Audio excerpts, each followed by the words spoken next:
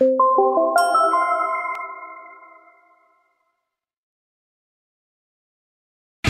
qui c'est Dédé? Ah, Dédé, Dédé.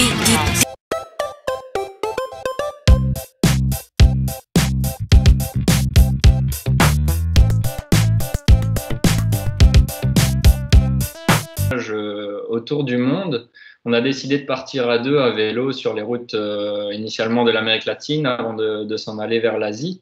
Et donc c'était un petit peu un changement qu'on a voulu créer dans nos vies sans savoir exactement ce vers quoi on allait exactement. Et de fil en aiguille, ça a créé beaucoup d'opportunités, on a pris beaucoup de confiance en nous. On pensait aller à la rencontre des autres, on a finalement été à la rencontre de nous-mêmes. Et du coup, on a eu l'opportunité de se créer un peu des expériences qui nous ont. Donc pour mon ami, lui, il est revenu beaucoup plus fort pour recréer une entreprise qui fonctionne très bien maintenant, qui est Genius Place. Moi, par contre, de mon côté, je suis parti vers l'écriture. J'étais amateur de lecture, sans imaginer pouvoir écrire un jour. Mon ami m'a beaucoup motivé lors de nos soirées autour du feu. Il m'a dit, une fois que je lui avais présenté une histoire, il m'a dit, il faut que tu en fasses quelque chose. J'ai commencé à écrire. Tout au long du voyage, j'ai écrit mon bouquin. Quand je suis revenu, j'ai pu le publier. Et c'est un petit peu tout ça qui m'a permis aussi d'aller, donc, comme je disais, vers le journalisme. Parce qu'un jour, je me suis dit, bon, ben voilà, maintenant j'ai fait de grandes choses, j'ai confiance en moi, je vais une fois me présenter sans avoir de diplôme dans ce domaine-là. Et je me dis, bon, on va essayer. Et je me rends compte que euh, par l'expérience, on n'est pas obligé toujours de devoir passer par les diplômes ou le système scolaire pour arriver. Par l'expérience et qu'on se crée et qu'on aller aboutir à certains projets peut nous aider à aboutir à d'autres projets et avancer un petit peu pas à pas. Ok. Et donc justement, dans ce voyage ou dans ces voyages, donc est-ce que tu pourrais nous raconter deux, voire trois anecdotes un petit peu inspirantes justement dans ce que tu as rencontré assez rapidement? Des anecdotes inspirantes, il y en a beaucoup quand on est en voyage. On a énormément de choses qui se dressent à nous, enfin, face à nous en fait sur notre chemin. On va pas passer par toutes les personnes géniales qui parfois ça dure 30 secondes et on est là sur notre vélo à rouler sous 40 degrés. Il y a juste une voiture qui s'arrête, qui nous donne une bouteille d'eau et qui s'en va. Enfin, c'est des petites choses géniales. On comprend pas de où ça vient, où ça se passe tellement vite, mais en même temps, c'est assez inspirant parce qu'on se dit, bah, quand on voit quelqu'un dans la difficulté, il suffit parfois de faire un tout petit geste qui peut rendre finalement la vie beaucoup plus joyeuse pour cette personne on n'était pas forcément dans le besoin, mais on était dans l'effort et les personnes le constataient et du coup venaient vers nous, venaient à notre rencontre. Donc ça, allez, c'était tous des petits moments comme ça qui étaient assez sympas. Sinon, bah, il y avait oui, des moments, notamment quand on a pris le bateau en Amazonie. C'était un petit peu voilà, partir avec vraiment des locaux et vivre pendant une semaine sur un bateau avec des personnes avec qui on ne sait pas forcément toujours dialoguer de la bonne manière parce qu'on ne maîtrisait pas encore l'espagnol très très bien non plus. Mais c'était un petit peu rencontrer cette promiscuité, de vivre différemment, de s'habituer au code de l'autre aussi parce que faut pas oublier qu'à l'étranger, c'est nous qui sommes l'étranger et ça casse ici toutes les barrières qui sont liées au racisme qui est assez présent en Europe. Et du coup, c'est un peu un message qu'on a envie d'apporter en disant, faut pas oublier que là-bas, c'est nous qui n'avons pas les codes. Alors, on doit un petit peu prendre des pincettes. Et pour certaines choses qui nous paraissent déplacées à notre égard, ben, il faut savoir apprendre à vivre avec et comprendre les autres. Donc, il y avait un petit peu oui, toutes ces choses-là. Sinon, il y avait des autres moments, notamment quand on était une fois hébergé dans une famille au Belize. On arrive dans un village, on cherche un logement. Finalement, le chef du village, on peut pas appeler ça un bourgmestre là-bas, c'était vraiment assez rudimentaire, mais le chef du village nous propose de dormir dans la salle des fêtes je ne sais plus exactement, c'était je reviendrai plus sur le nom de ce petit village. Finalement, on a été hébergé dans une famille qui avait entendu l'histoire deux blancs qui arrivent à vélo dans un village, ça fait vite un peu le tour du village. On a été hébergés dans cette famille, c'était un moment génial. Et quand on leur a demandé le lendemain comment est-ce qu'on peut vous remercier, parce qu'on se sent toujours un petit peu gêné, on est aidé par des gens qui, pour nous, paraissent parfois dans le besoin, alors qu'ils n'ont pas forcément besoin. Mais ça crée au début une certaine gêne dans le voyage. On dit, ben mince, comment est-ce qu'on peut vous remercier, parce que c'est pas à vous de nous aider forcément.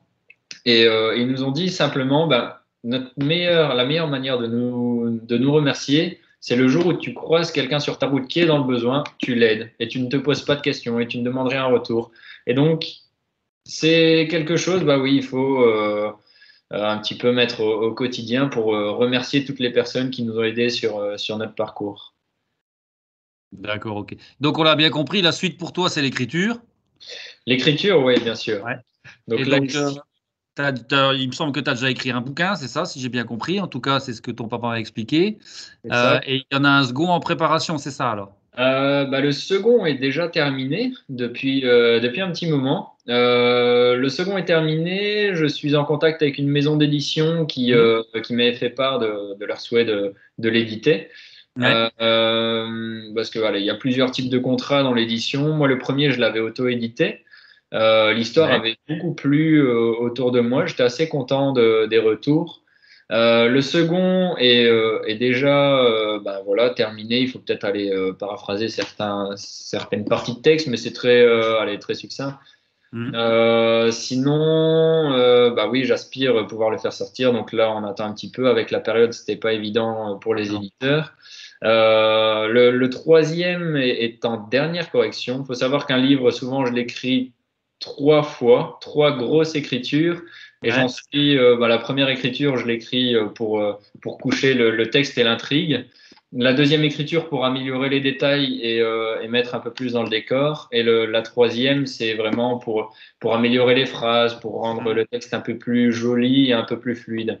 Donc voilà, là j'en suis là au troisième et j'ai des histoires en attente que j'aimerais bien pouvoir coucher.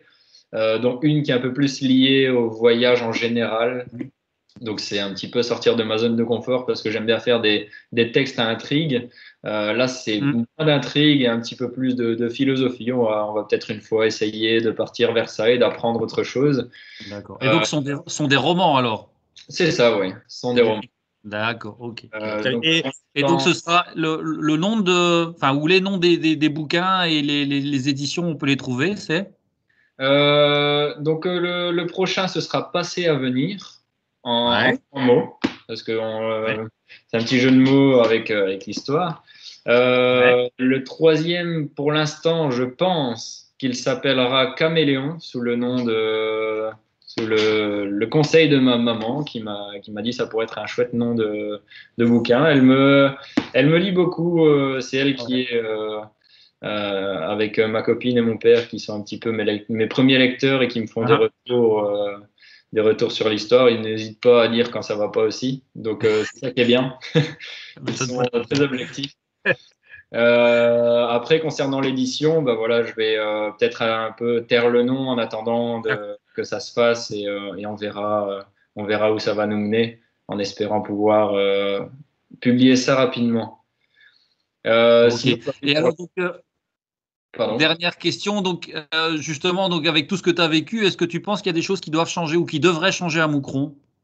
À Moucron, bah, c'est difficile de dire il y a des choses à changer ou je pense que Moucron est quand même sur une bonne voie, notamment avec leur projet de Moucron Transition et de développement durable. Ils font des chouettes choses et c'est plutôt un commentaire sur ce qu'ils sont en train de faire que je trouve, c'est très positif. En fait, Moucron a l'avantage et le désavantage d'être une petite ville.